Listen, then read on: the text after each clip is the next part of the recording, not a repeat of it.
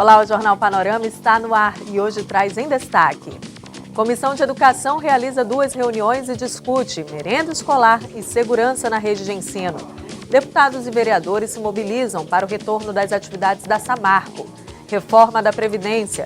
Colegiado quer evitar prejuízo para idosos e pessoas com deficiência. O debate sobre a doença de Parkinson e a aprovação de 2 projetos de lei foram os destaques da última sessão ordinária da semana. Veja os detalhes com a repórter Larissa Lacerda. Nos trabalhos em plenário nesta quarta-feira, os deputados aprovaram 2 projetos de lei de autoria parlamentar. Destaque para a matéria que penaliza quem utilizar animais para fretamento de carroças ou charretes para transporte de cargas e pessoas no estado. A iniciativa do deputado Gilcinho Lopes tem o objetivo de evitar casos de maus-tratos a animais. E na fase do grande expediente, os deputados receberam o presidente da Associação Capixaba de Parkinson, Márcio Gouveia. Ele falou sobre a atuação e os avanços da instituição.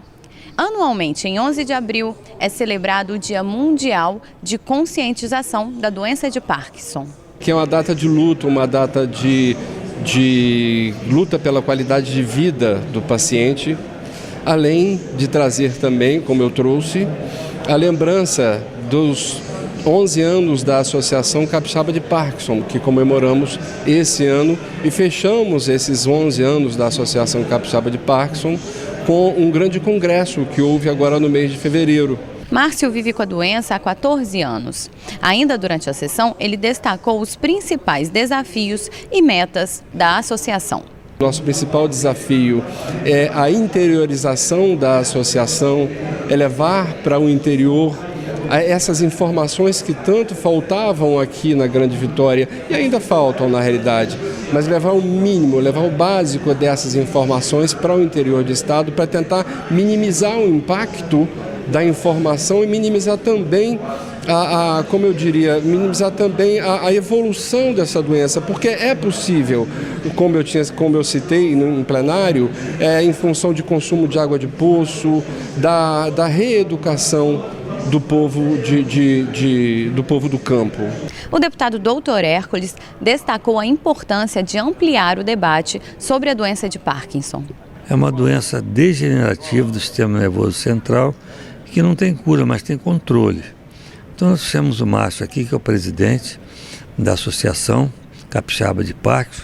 Ele promoveu aqui o primeiro congresso Capixaba de Parkinson, que foi um sucesso muito grande. Tiveram pessoas de várias partes do país, quase do país inteiro, palestrantes, professores e pacientes, mostrando as suas dificuldades, mas também mostrando que você pode conviver muito bem com Parkinson.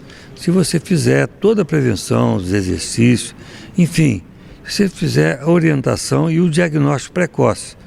O importante é você começar o tratamento, a prevenção cedo, que você não vai ter umas complicações mais sérias no futuro. Vereadores de Anchieta querem apoio do Legislativo Capixaba para a retomada das atividades da Samarco. Em reunião na presidência da Casa, vereadores de Anchieta pediram empenho do Legislativo Estadual junto a outras autoridades mineiras e capixabas.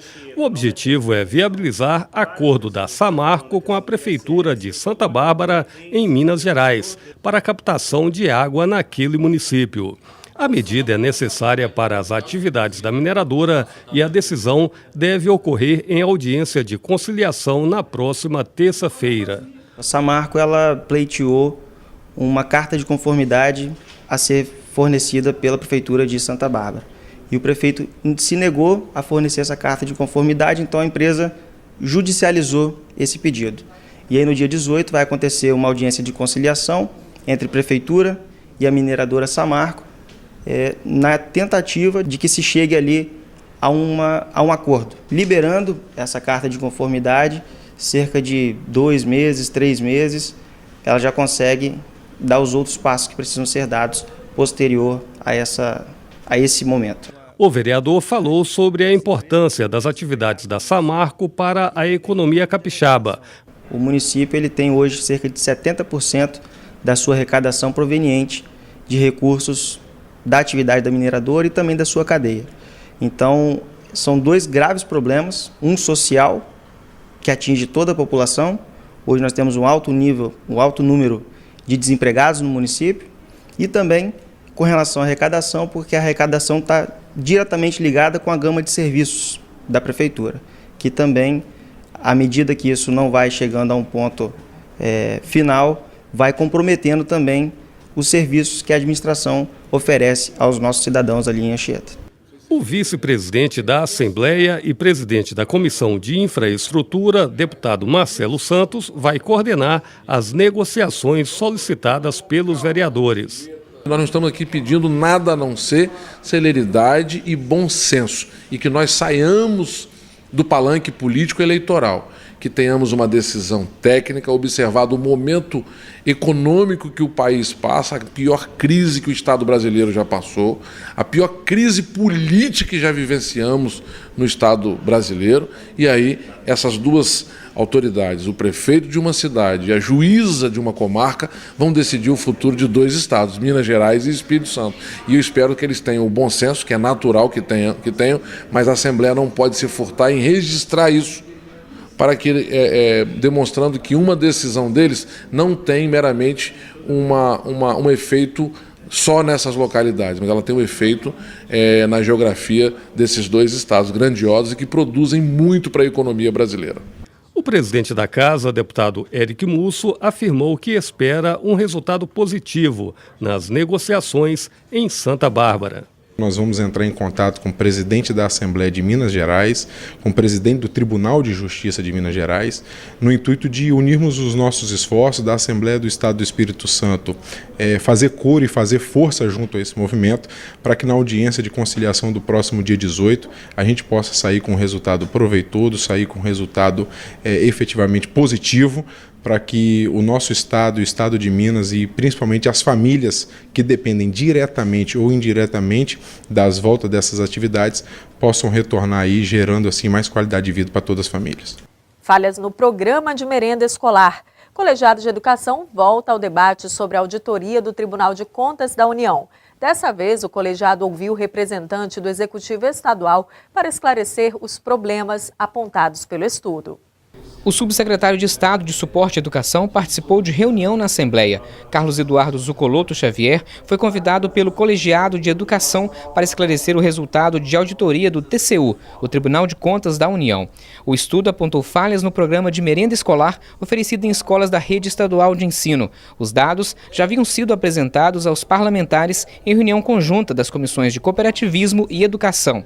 O subsecretário comentou os pontos críticos identificados pela auditoria. Nós concordamos com todas as auditorias que são feitas, tanto pelo TCU, pelo TCE, pelos órgãos de controle, e identificamos a possibilidade dessas auditorias em poder melhorar com relação aos serviços prestados à população e também nos adequar naquilo que for entendido como um ponto divergente.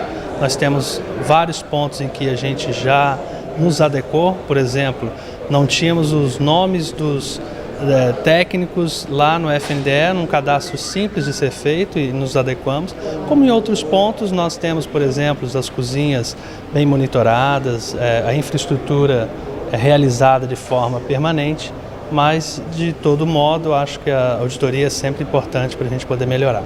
O subsecretário garantiu ainda que o Estado cumpre a determinação legal de destinar 30% dos recursos repassados pelo Fundo Nacional de Desenvolvimento da Educação para a compra de produtos da agricultura familiar. Esse foi um dos pontos questionados pela fiscalização do TCU. O gasto do recurso que vem do FNDE em no mínimo 30% com a agricultura familiar. Nós viemos buscando isso até gastar muito mais do que os 30%. Entendemos que a agricultura familiar é fundamental, é importante para o desenvolvimento do interior do Estado, das famílias que vivem exatamente disso. E na verdade, nós estamos cumprindo e a ideia é cumprir ainda mais do que os 30% assim mencionado na resolução do FNDE. Para o presidente do colegiado, a auditoria do TCU provocou reações positivas na Secretaria de Estado de Educação. Vários pontos a SEDU passou a observar a partir da auditoria e respondeu a partir da realização da auditoria, fazendo implementações na secretaria, nas escolas, que responda ao que foi apurado. Outra coisa é que nós percebemos também que tem avanços, provocações que foram feitas a partir da auditoria que promoveram avanços no trato com a alimentação escolar, inclusive o controle nominal dos alunos que fazem uso da merenda escolar nas escolas. Nós temos 83% da rede habilitada e dessas 98% utilizando esse sistema. Então nós temos um quantitativo significativo já utilizando esse controle nominal. E depois da reunião ordinária sobre o programa de merenda escolar, o colegiado voltou a se reunir. Nesse segundo encontro, o tema abordado foi a segurança na rede pública de ensino. Confira comigo como foi o debate. O trabalho da patrulha escolar esteve na pauta do colegiado de educação. Em reunião extraordinária, a comissão apurou informações recebidas da comunidade escolar sobre possível extinção do projeto, realizado por meio de parceria entre as secretarias de Estado de Educação e Segurança Pública. O trabalho desenvolvido pela patrulha, ele traz para a escola uma sensação de segurança muito grande, tendo em vista que eles fazem visitas periódicas, né, de orientação, prevenção, né, e também combate a questão dos atos infracionais no ambiente escolar. No início desse ano, foi-se comentado, né, e divulgou-se que a patrulha escolar haveria acabado, né? E a comunidade então começou a questionar o motivo do fim da patrulha escolar, né? Buscamos o apoio de alguns deputados e trouxemos a informação e solicitamos até o movimento, né, de uma audiência, né, onde os diretores escolares da comunidade pudessem ser ouvida. Representantes das secretarias de Educação e da Polícia Militar explicaram que não há possibilidade de extinção da patrulha escolar. O atual modelo de atuação do projeto é realizado desde 2010. A patrulha será ampliada e não só ampliada, mas também integrada às demais atividades de prevenção ativa que tem como foco a criança e adolescente. A reunião foi presidida pelo deputado Bruno Lamas, que é membro efetivo do Colegiado de Educação. Existiam rumores sobre a possibilidade desse trabalho ser interrompido, que foi totalmente descartado aqui hoje pela Secretaria de Educação, na pessoa do subsecretário Carlos Eduardo Zucolotto, que disse e afirma que o programa está mantido e com possibilidade de ampliação de 23 policiais para 35 em seu efetivo. Consideramos então o trabalho da Comissão de Educação nessa tarde importante mais uma vez e cumpriu o seu papel. A mudança de benefícios para idosos e pessoas com deficiência, proposta pela reforma da Previdência, preocupa parlamentares. A Comissão de Assistência Social promoveu reunião para tratar do tema. A proposta do governo federal de promover mudança nos benefícios destinados às pessoas com deficiência e aos idosos foi questionada durante a reunião do Colegiado de Assistência Social. O presidente da União de Cegos, Dom Pedro II, de Vila Velha, explicou o que o governo federal quer mudar e as ações para impedir a alteração no benefício. Ela vem tratando em um dos artigos da PEC 287 justamente da desvinculação do benefício de prestação continuada da renda do salário mínimo. Isso nos preocupa por quê? Porque o benefício de prestação continuada, pela Constituição, ele é um benefício da política de assistência social e não da política e não da Previdência. E ele é um benefício para aquelas pessoas que não tiveram oportunidade de contribuir com a Previdência para ter uma aposentadoria no futuro. A gente está fazendo uma mobilização a nível nacional com a bancada federal de cada estado, os deputados federais e os senadores, para pedirem a eles que eles sejam sensíveis a essa questão das pessoas com deficiência e das pessoas idosas. Por quê? Porque o benefício de prestação continuada, ele é um benefício substituto de renda, ele não é complementação de renda como é o Bolsa Família. O Bolsa Família é um benefício que completa a renda. E o benefício de prestação continuada, o BPC, que muitos conhecem como LOAS, ele é um benefício que ele substitui a renda, ele é a única renda que essa pessoa tem para a sua sobrevivência.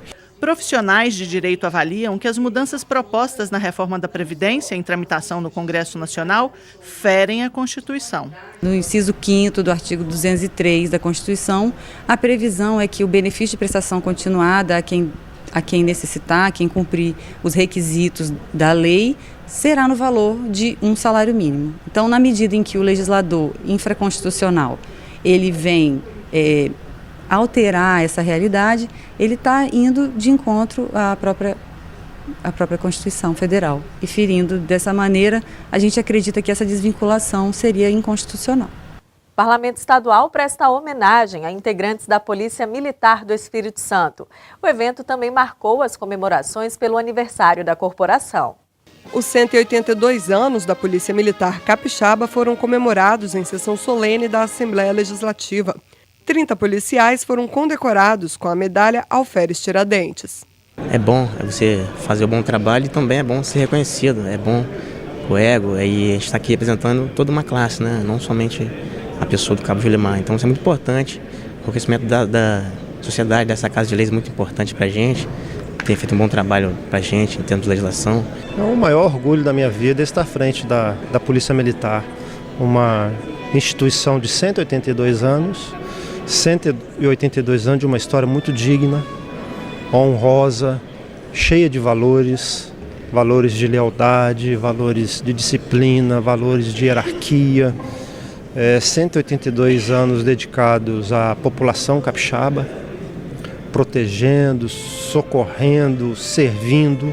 Então é uma história maravilhosa e a nossa missão é honrar a nossa história, honrar o nosso passado, as pessoas que estiveram na instituição, que não estão mais aqui entre nós. Então, assim, não tem honraria maior para um oficial da Polícia Militar do que comandar a sua instituição. A solenidade foi proposta pelo deputado da Vitória. A Polícia Militar, nós conhecemos a sua importância na sociedade do Brasil, no nosso país, aqui no Espírito Santo não é diferente, né? Nós temos uma instituição que agora completa 182 anos, uma das mais antigas instituições do nosso estado, mas que o cidadão capixaba conhece o seu valor e a sua importância. Então nada mais justo do que os representantes da sociedade possam homenagear, principalmente aqueles que se destacam dentro da sua prestação de serviço para o cidadão. Apesar do clima festivo, a crise na segurança pública, motivada pela falta de policiais nas ruas em fevereiro, foi lembrada durante o evento.